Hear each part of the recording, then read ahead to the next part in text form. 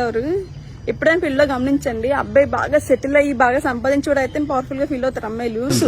నీకేం తెలుసు, నీకు ఒక ఏజ్ వచ్చాక అర్థం అవుద్ది, నీకు వంట చేయడానికి ఎవరున్నారు, బట్టలతో ఆ ఆర్గ్యుమెంట్ లో కూడా అన్ని పిచ్చి పిచ్చి వంట చేయడానికి బట్టలతో పెళ్లి చేసుకోవాలా you know. But I believe in love. అది ఎంత మందికి చెప్పగలను, ఎంతవరకు అర్థం అవుతుంది. And strangely, nobody brings up love. When you are old and dying, who will take care?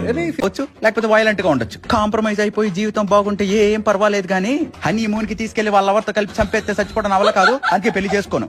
ఏమంటారు పెళ్లి అంటే పెళ్లి, నిద్ర లేచి రోజుకో మూడు సచిన వార్త వినిపిస్తుంది. అన్ని వదిలేద్దాం, ఎక్కడికన్నా వెళ్ళిపోదాం, హ్యాపీగా బతుకుదాం.